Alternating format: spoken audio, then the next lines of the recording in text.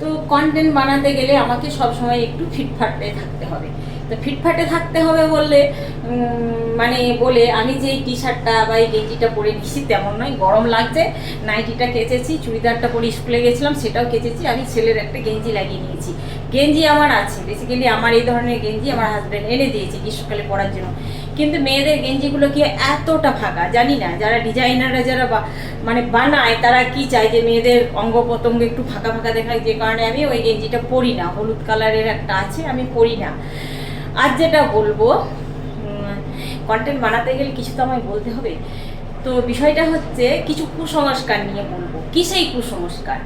দেখবেন জন্মদিনে মোমবাতি নিভালে অনেক মানুষ বলে এটা একটা অশুভ, এটা একটা অন্য ধরনের বার্তা বয়ে নিয়ে আসে, এটা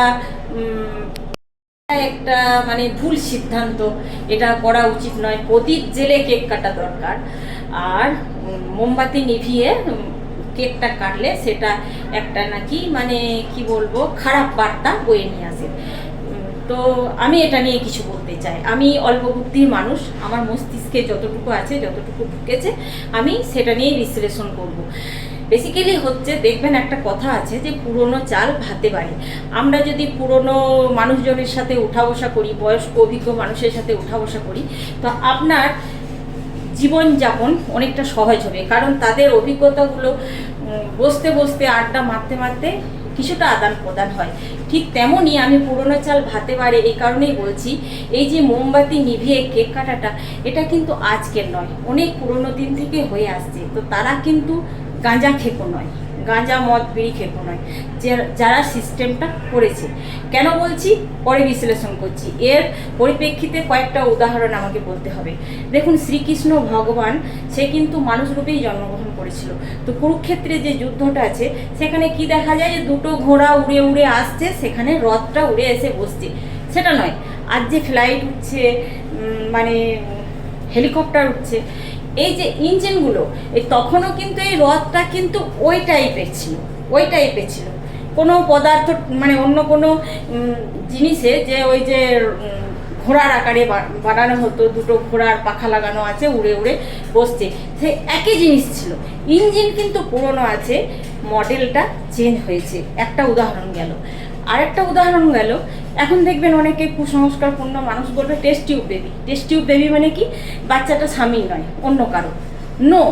আচ্ছা, গান্ধারীর আমলে ওই যে 108 পুত্রের যে জননী ছিলেন, তো উনি কি 108টা পুত্রের জন্ম দিতে পারেন? আমাদের মেয়েদের শরীরে একটা যৌবন আছে নির্দিষ্ট সময়, কারো 12 বছরে, কারো 14 বছরে, কারো 15 বছরে যে শরীর খারাপটা হয়, তারপর 108টা পুত্র সন্তানের জন্ম দিয়ে শরীর খারাপটা আমাদের বন্ধ হয় 40+এ। তারপর সে এতদিন বেঁচে ছিল? নো। আজ যে টেস্ট টিউব বেবিটা হচ্ছে, দেখবেন আপনি যদি মহাভারত দেখে থাকেন, তো দেখবেন একটা কলসির মধ্যে বাচ্চাগুলো দেখাচ্ছে, মাতৃগর্ভের যে ধরনের একটা তাপমাত্রা, যে ধরনের একটা পরিবেশ, সেই কলসির মধ্যে সেই ধরনের একটা শুক্রাণু ডিম্বাণুর মিলন ঘটিয়ে ওই 108টা কলসির মধ্যে 108 পুত্রের জন্ম হয়, যেটা আজকের দিনে টেস্ট টিউব বেবি। আমি যে কারণেই বলছি পুরনো চাল ভাতে বাড়ে। আমাদের থেকে আগেকার দিনের মানুষ আরও বুদ্ধিমান ছিল, আমাদের কিছুই নেই ওদের তুলনায়। তো ঠিক তেমনই বলছি, এই যে মোমবাতি নিভিয়ে জন্মদিন পালন করা, এটা মানুষকে বুঝিয়ে দেওয়া হয় তোমার যে 1 বছর পরে তোমার যে জন্মদিনটা পালন হচ্ছে। বলতে বলতে আমি হাঁপিয়ে যাচ্ছি। বিষয়টা হচ্ছে যে তুমি মৃত্যুর দিকে এক পথ এগিয়ে গেলে, বা তোমার লাইফ থেকে একটা বছর মাইনাস হলো, এটারই সংকেত মোমবাতি নিভিয়ে জন্মদিন পালন করা। এটা কোনো খারাপ বা কোনো কুবার্তা বয়ে আনা নয়, এটা শুধু বুঝিয়ে দেওয়া হয় যে তোমার লাইফ থেকে 1 বছর খসে গেল, তুমি প্রতিটা বছরের প্রতিটা দিন, প্রতিটা মুহূর্ত ভালোভাবে কাটাও এবং জীবনটাকে জীবনের মতো কাটাও। তো এটাই বুঝিয়ে দেওয়া হয়, অন্য কিছু নেই। এগুলোর মধ্যে শুধু কুসংস্কার, ভাওতা। আমার অবশ্য অল্প বুদ্ধি, আমার বুদ্ধি বিশেষ কিছু নেই, আমার মাথাটাতে যতটা ঢুকেছে আমার মগজে আমি আপনাদেরকে বোঝানোর চেষ্টা করেছি মাত্র। সকলে ভালো থাকবেন, টাটা।